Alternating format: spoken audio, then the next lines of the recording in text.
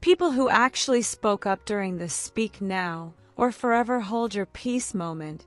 What happened next? Story 1. I was at the wedding of a college ex-boyfriend with whom I still have a good friendship.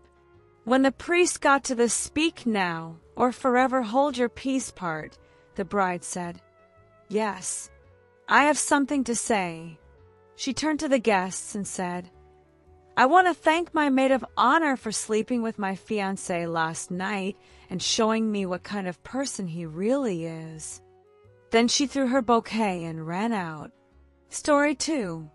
It wasn't exactly an objection, but a friend of mine works at a wedding venue.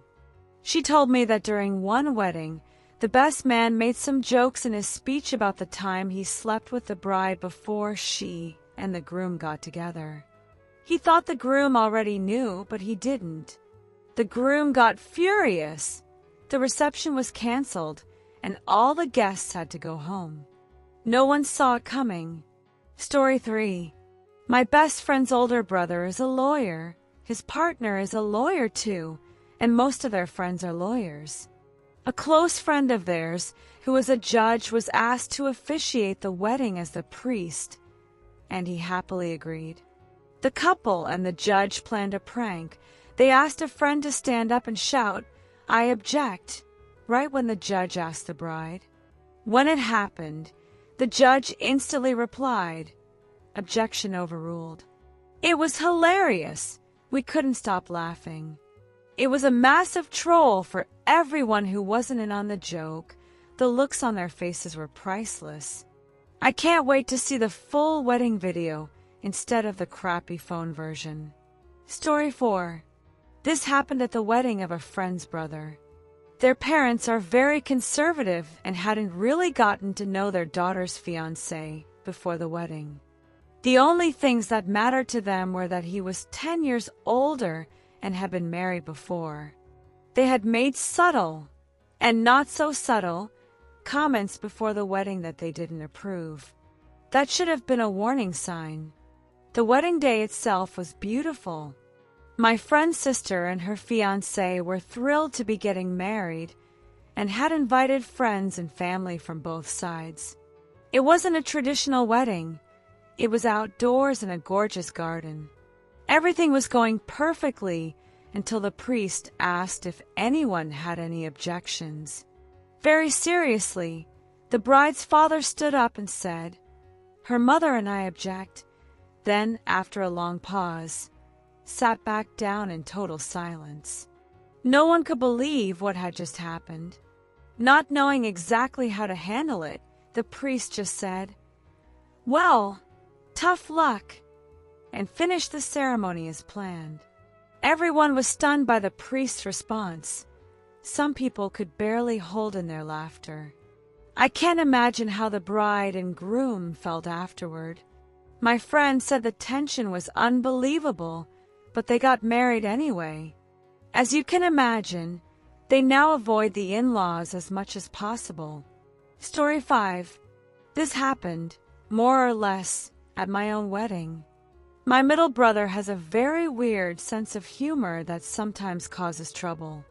One of his things is pranking people in high-tension moments to see how they react. The night before the wedding, he told me that at some point during the ceremony he was going to cough loudly, then stand up and push the priest aside to finish officiating the wedding himself. He also said he was only telling me so I wouldn't freak out if I saw him suddenly tackle the priest. Honestly, I ignored him completely because I thought he was joking. Well, when the priest reached the speak now or forever hold your peace part, I heard a cough from where my brother was sitting. Both my husband and I turned around in disbelief, but the guests thought we were daring someone to speak, so they all laughed. You can guess what happened next. Yep, 20 seconds later my brother was pushing the priest away from the lectern to marry us himself. That's how it went. Apparently, he had also kissed the priest the day before to grease the wheels and keep everything under control. The poor priest thought it was sweet. Story 6. Oh God, This reminds me of the wedding of one of my best friends. I've known him since we were little kids. To protect his identity, we'll call him Paco. Paco met a girl we'll call Laura. She already had a daughter from a previous relationship that never led to marriage. The breakup had been very amicable, shared custody, no fights, no child support demands, everything ideal. Laura was also really nice and got along with everyone. A while later, the ex, the daughter's father, became best friends with Paco. A couple of years after that, Laura and Paco decided to get married. Around that time, he confessed to me that his best friend, the child's father, sometimes made comments about Laura, and there were vague signs the breakup hadn't been as friendly as it seemed. The father was very private and rarely talked about women, but we later found out he had actually been waiting for Laura the whole time. Since he was Paco's best friend, Paco made him one of the best men along with me. When the ceremony was about to start, I finally sat down with my partner at our table while Laura's daughter was dancing. Suddenly the music stopped and the DJ announced that the next song was dedicated to Laura. It was a song from her daughter's father. While it played, he grabbed the microphone and said he still loved her, still wanted her, and that this wedding should have been theirs. Then he got down on one knee and asked Laura to dance with him and be his wife. She slapped him, Paco lost it, and they started fighting. The police were called and arrived after they had already beaten each other senseless. My partner and I went back to the hotel and let everyone else deal with it. They're now divorced, and Paco ended up in the hospital after being stabbed in the stomach with a broken bottle. Story 7. I once attended a wedding where the groom's best friend was a coworker. During the toasts at the reception, the best man stood up and told a story about how he thought the groom was actually gay. He thought it would be hilarious, but nobody laughed, especially not the bride. When he finished, the bride's father stood up and said, "Roll needs a new best friend. Any volunteers?" People avoided the guy like the plague for the rest of the night. Story 8. My ex-stepmother was marrying my cousin. I love my cousin a lot, but my ex-stepmother was one of the worst people I knew, so I tried to talk him out of it, but he was determined. They said their vows and everything, but when the priest asked if anyone objected, I stood up. I told everyone how awful my ex-stepmother was and how she was cheating on my cousin. I practically begged him not to marry her, but he wouldn't even look at me. After about a minute, I realized everyone in the room hated me, so I left the wedding. It's been almost 5 years, and they seem happy together. I'm starting to wonder if I made a mistake that day. Story 9. My dad was marrying his third wife, and my stepbrother and I were at the wedding. He was about 6 and I was about 10. When the priest asked if anyone objected, my little stepbrother very politely raised his hand. My dad asked why, and he answered that if Dad wanted to marry his mom, he had to promise to let him go to bed whenever he wanted. Story 10. I used to work as a waiter at a venue that hosted a lot of weddings. We would watch the ceremonies from the second floor and wait for guests to come up to the banquet. One day a man arrived several hours early, sat at the bar, had a few too many drinks, and when the ceremony started he shouted, "Don't do it," and said the bride's name. Everyone froze. There was dead silence, and then some waiters from the outdoor bar, on the same level, dragged him out. I never found out what the story was. Story 11. I once went to a college friend's wedding and saw a very funny scene. A childhood friend of the bride who was drunk stood up and declared his love for her in the middle of the ceremony. The bride's father, furious, grabbed him by the ear to drag him out, but pulled so hard he nearly ripped the ear off.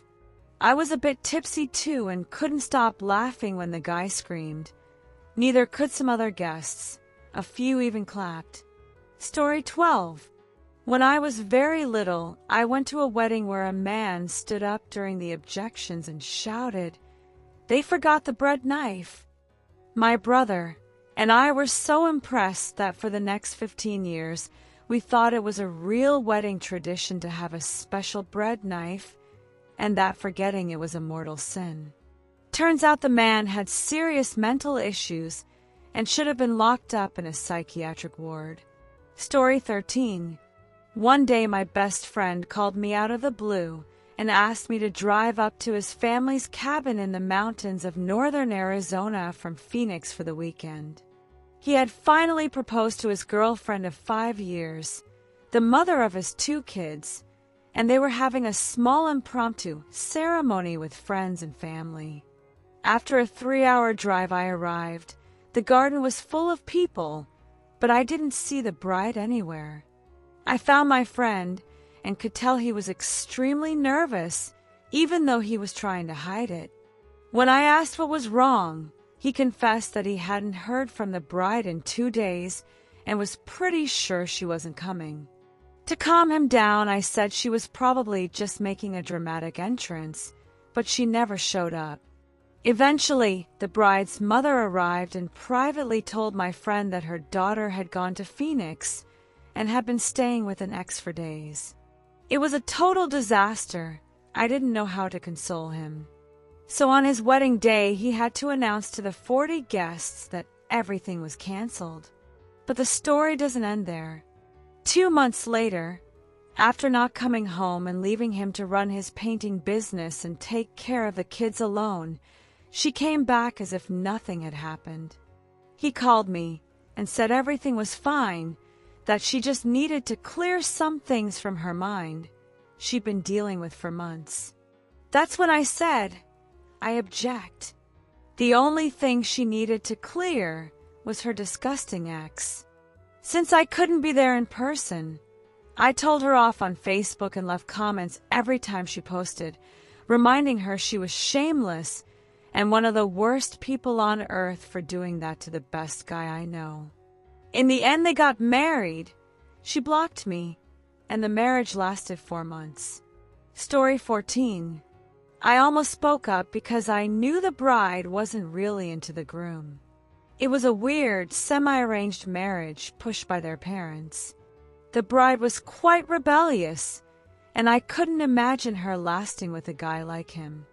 In the end, I said nothing and made an excuse to leave early. Things got messy during the honeymoon. She ended up sleeping with the groom's brother, the family black sheep who had only come back for the wedding. The funniest part, they even had a kid together later. Story 15. This is a funny story that happened before I was born. My mom comes from a huge family, 6 brothers and 3 sisters. When the 4th son, my Uncle Carlos, got married, it was obvious most of his siblings didn't like his fiancée. The day before the wedding, Uncle Carlos cut his hand at work and needed a lot of stitches. During the ceremony, he was high on painkillers, got dizzy, and started wandering around the altar while saying his vows. Uncle Louis stood up, clapped, and shouted, "That's the spirit, Carlos!" But his wife immediately grabbed him and forced him to sit down. Later in the church, Carlos and his wife knelt to pray. Since Carlos had his back to the guests, everyone could see the soles of his shoes. One of the uncles had written, "Help me," on them. They're crazy, I know. Story 16. When I married a man who was a priest at the time, one of my best friends was in seminary. I asked her to give a blessing during our ceremony. I'm not very religious, but my husband is, and I thought it would be meaningful for my dear friend to bless us. She was thrilled and did a beautiful job at the ceremony, but at the reception she cornered my new husband and scolded him for marrying me. She told him that since he was Christian and I wasn't, we were unequally yoked and shouldn't have married in the eyes of the Lord. Then she informed him it was his duty as head of the family to bring me to Christ. I walked in just as she finished lecturing him. He was pale as a ghost, but I only learned the full extent of the conversation later. I obviously ended the friendship. She later tried one of those. I'm sorry if my words offended you, not apologies. I don't miss her. Story 17. Even though he had given his blessing, my grandfather jokingly objected to my parents' wedding. He's always been a huge prankster, maybe too much. At the wedding, he showed the guests a photo of my dad with 2 black eyes, a bleeding cheek, and a face covered in mud from a college rugby match and asked, "Would you let this man marry your daughter?" Everyone laughed and playfully said no. 20 years later, when my grandfather moved to a new neighborhood, my dad mailed his new neighbors photos of Grandpa, then 70, with pink-dyed hair and a card stuck in his back pocket that said, "Would you let this man live in your neighborhood?" We only found out weeks later. That's how I learned revenge is a dish best served cold.